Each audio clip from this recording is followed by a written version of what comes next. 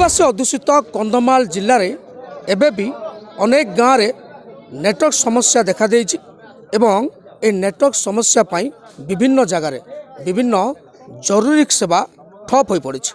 अनुरूप भाव में कंधमाल जिलार फिरिंगिया ब्लॉक अधीन थिबा कासनीपदर पंचायत मुख्यालय दीर्घदिन धरी यही नेटवर्क पाई अनेक समस्या सृष्टि होइछि। दीर्घदिन धरी एठी एक मिनी टावर थिले मध्य लोके नेटवर्क सेवारु वंचित होउछन्ति एवं एही कारणरू आज बाध्य होई अंचलर जनसाधारण रास्ता उपर को आसी आंदोलन करुछन्ति।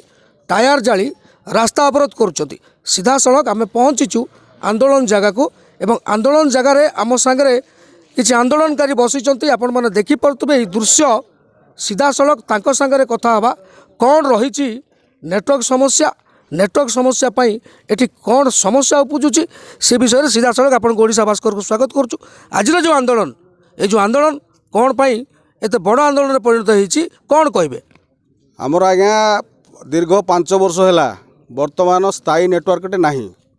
कौन सी रोगी कि भल मंद कि गोटे असुविधा है गोटे एक्सीडेंट हो गला बोले कौन सी किसी हठात को आम नेटवर्क कहीपरूँ बारंबार फिरिंगिया 10 किलोमीटर गला पर जाई आम सुविधा पाऊँ किंतु एठी से सुविधा किसी ना। पुणी आदर्श पंचायत ये आदर्श ग्राम परिगणित होती किंतु स्थायी नेटवर्क ना पानी सुविधा ना लाइट सुविधा ना। पंचायत तरफ आज्ञा गोटे मिनी नेटवर्क आम बसई पंचायत पैसा भी देता बर्तमान दीर्घ 5 वर्ष है किंतु बीएसएनएल वाला से टेकअप एपर्यंत भी करना लाइन काटी 3 दिन है बर्तमान समस्ते असंतुष्ट हो बर्तमान अच्छा।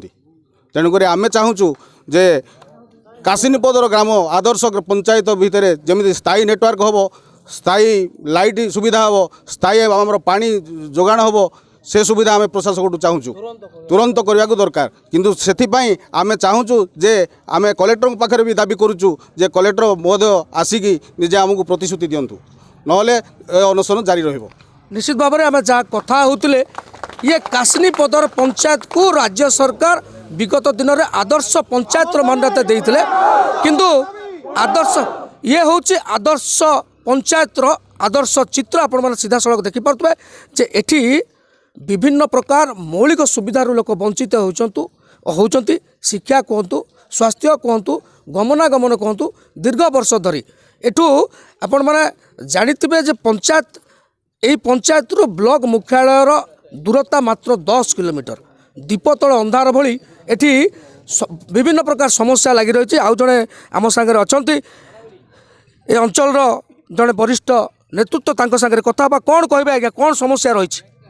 आमर दीर्घ वर्ष दिन है नेटवर्क समस्या पर रही बीएसएनएल नेटवर्क मिनिस नेटवर्क थिला से कौन सुविधा हो पारना जे पैसा पतर लोक उठाया आसले से नेट पूरा स्लो रोचे से कौन हो पारना। आमको जियो नेटवर्क दरकार स्थायी नेटवर्क दरकार से आमर दाबी अच्छी। पानी जल समस्या किसी ना सुविधा ना लाइट सुविधा भी ना बहुत असुविधा अच्छी पंचायत ग्राम कासिनीपदर पंचायत। निश्चित भाव में आम जहाँ कथा होलु जे एठी केवल टावर समस्या नुह पानीय जलर घोर अभाव देखा देइछि। एठी शिक्षार घोर अभाव देइछि जेहेतु नेटवर्क नाही पिला माने पाठ पढ़ी पारु नाहांती एवं जो कहते जे आदर्श पंचायत रे एभली अवस्था आपण माने आउ जणे अछंती आम सांगे सीधा सड़क तांको सांगे कथा हबा जे एठी नेटवर्क केते दिनठू नाही नेटवर्क टावर अच्छी कि नाही जदि टावर अच्छी तार असुविधा कौन अच्छे? निश्चिंत भाव में बर्तमान देखूँ फिरिंगिया ब्लॉक रे कासिनीपदर पंचायत प्रशासनिक सेवा क्षेत्र कौन सी व्यक्ति आखिरे पड़ूना बहुत अवहेलित होइकी अच्छी एवं नेटवर्क तो समस्या पूर्व लगी रही। बर्तमान आमको स्थायी नेटवर्क दरकार स्वास्थ्य सुविधा ये कौन सी दमकलटे आसीपार फोन कर नेटवर्क निहाती दरकार। निश्चित भाव में आम जहाँ कथा होते जे नेटवर्क समस्या एटी एक प्रमुख समस्या साजिश नेटवर्क पाई विभिन्न जरूरी काम ठप हो जाइए एवं दीर्घ दिन धरी एटी गोटे मिनी टावर अच्छी।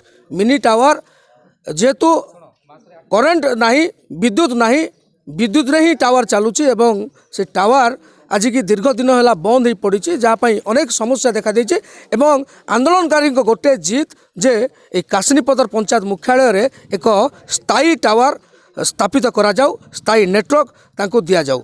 कंधमाल जिला फिरिंगिया ब्लॉक काशिनीपदर सुब्रत कुमार महांती ओडिशा भास्कर।